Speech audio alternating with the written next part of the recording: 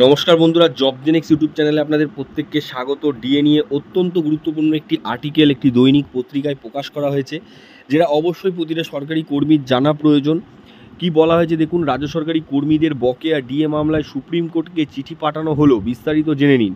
তো এক্ষেত্রে সুপ্রিম কোর্টকে কিন্তু একটি দরখাস্ত বা চিঠি পাঠানো হয়েছে। কারা পাঠিয়েছে, কি উদ্দেশ্যে পাঠিয়েছে, কি লেখা আছে চিঠিতে, এই ভিডিওতে সমস্ত কিছু বিস্তারিত আপনাদের সাথে আলোচনা করব। ভিডিও ডিটেলসে যাওয়ার আগে বলে রাখবো, যারা চ্যানেলে নতুন প্রথমবার ভিজিট করেছেন চ্যানেলটিকে সাবস্ক্রাইব করে অল বেল আইকনটি বাজিয়ে রাখুন, ভিডিওটি লাইক করে অনেক অনেক শেয়ার করে দিন।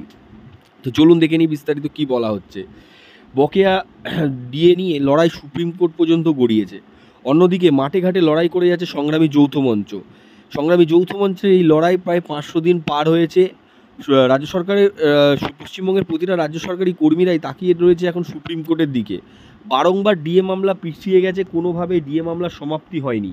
তার মধ্যেই সংগ্রামী যৌথ মঞ্চের একটি গুরুত্বপূর্ণ উদ্যোগ, সুপ্রিম কোর্টের প্রধান বিচারপতিকে একটি খোলা চিঠি পাঠালো সংগ্রামী যৌথ মঞ্চ। সেখানে একাধিক দাবি দাবা এবং একাধিক যুক্তি দিয়ে কিন্তু এই চিঠিটা পাঠানো হয়েছে। এক্ষেত্রে সংগ্রামী যৌথ মঞ্চের পক্ষে জানানো হয়েছে যে কলকাতা হাইকোর্ট রায় দিয়েছিল যে ডিএ মিটিয়ে দেওয়ার জন্য। সিঙ্গেল বেঞ্চ, ডিভিশন বেঞ্চ উভয়ই কিন্তু রায় দেওয়া হয়েছিল ডিএ মিটিয়ে দেওয়ার জন্য রাজ্য সরকারকে। রাজ্য সরকার সেখানে সময় নষ্ট করেছে, সে কথাটাও উল্লেখ রয়েছে। সঙ্গে সুপ্রিম কোর্টে বারংবার ডিএ মামলা উঠলেও তার সমাপ্তি হয়নি। অন্যদিকে সংগ্রামী যৌথ মঞ্চের যে লড়াই তা 500 দিন পার করেছে। একাধিক সরকারি কর্মীরা তাদের বাড়ি ছেড়ে আজ শহীদ মিনারের পাদদেশে পড়ে রয়েছেন, সে কথাও উল্লেখ করা হয়েছে। সুপ্রিম কোর্টের কাছে আর্জি করা হয়েছে যত তাড়াতাড়ি সম্ভব এই ডিএ মামলার সমাপ্তি করার, কারণ ডিএ মামলার পরবর্তী যে ডেট সুপ্রিম কোর্ট দিয়েছে তা কোনোভাবেই মেনে নিতে পারছেন না পশ্চিমবঙ্গের রাজ্য সরকারি কর্মীরা। কারণ গোটা 1 বছর ওয়েট করার পরে আরও 1 বছর ওয়েট করার সময় দেওয়া হয়েছে, অর্থাৎ 2025-এ কিন্তু নতুন ডেট দেওয়া হয়েছে, যা সরকারি কর্মীরা কোনোভাবেই মানতে পারছেন না।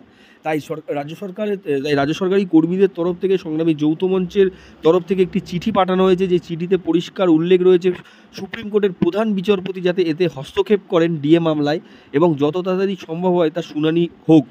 এক্ষেত্রে রাজ্য সরকারি কর্মীরা যে সুপ্রিম কোর্টের দিকেই তাকিয়ে আছে তা স্পষ্ট উল্লেখ করা হয়েছে। তো দেখতে পেলেন খুবই গুরুত্বপূর্ণ একটি চিঠি পাঠানো হয়েছে সুপ্রিম কোর্টের প্রধান বিচারপতির কাছে, খোলা চিঠি। সেই চিঠিতে কিন্তু একাধিক দাবি দাবা এবং যুক্তি সমর্থন তুলে ধরা হয়েছে। সঙ্গে এটাও বলা হয়েছে যে রাজ্য সরকারি কর্মীরা প্রায় 11 লক্ষ রাজ্য সরকারি কর্মীরা এই ডিএ মামলার দিকে তাকিয়ে, তো সে যত তাড়াতাড়ি সম্ভব এই শুনানির সম্ভাবনা হোক, শুনানিটা হয়ে যাক। এবং সঙ্গে কিন্তু আরও বলা হয়েছে যে ডিএ মামলার জন্য সংগ্রামী যৌথ মঞ্চ যে শহীদ মিনারে বসে আছেন সে কথাও কিন্তু উল্লেখ করা হয়েছে। গুরুত্বপূর্ণ একটি আপডেট আপনাদের সাথে শেয়ার করলাম। লাইক করে অবশ্যই জনস্বার্থে অনেক অনেক শেয়ার করে দেবেন।